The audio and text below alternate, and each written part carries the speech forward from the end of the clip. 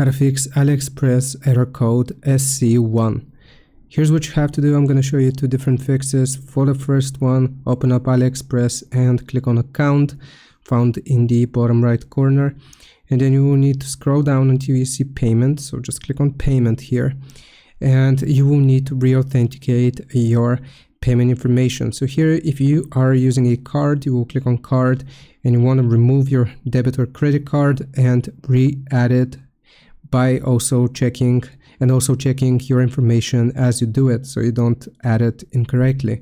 Now, once you have done this, the second thing that I suggest doing is removing any coupons or codes which you may have on your order. So if you click on checkout here, then if you have any coupons, you just want to remove them because they may be causing issues with checking out, and that is what I recommend doing. I hope this helps. Leave a like and sub. I'll see you next time.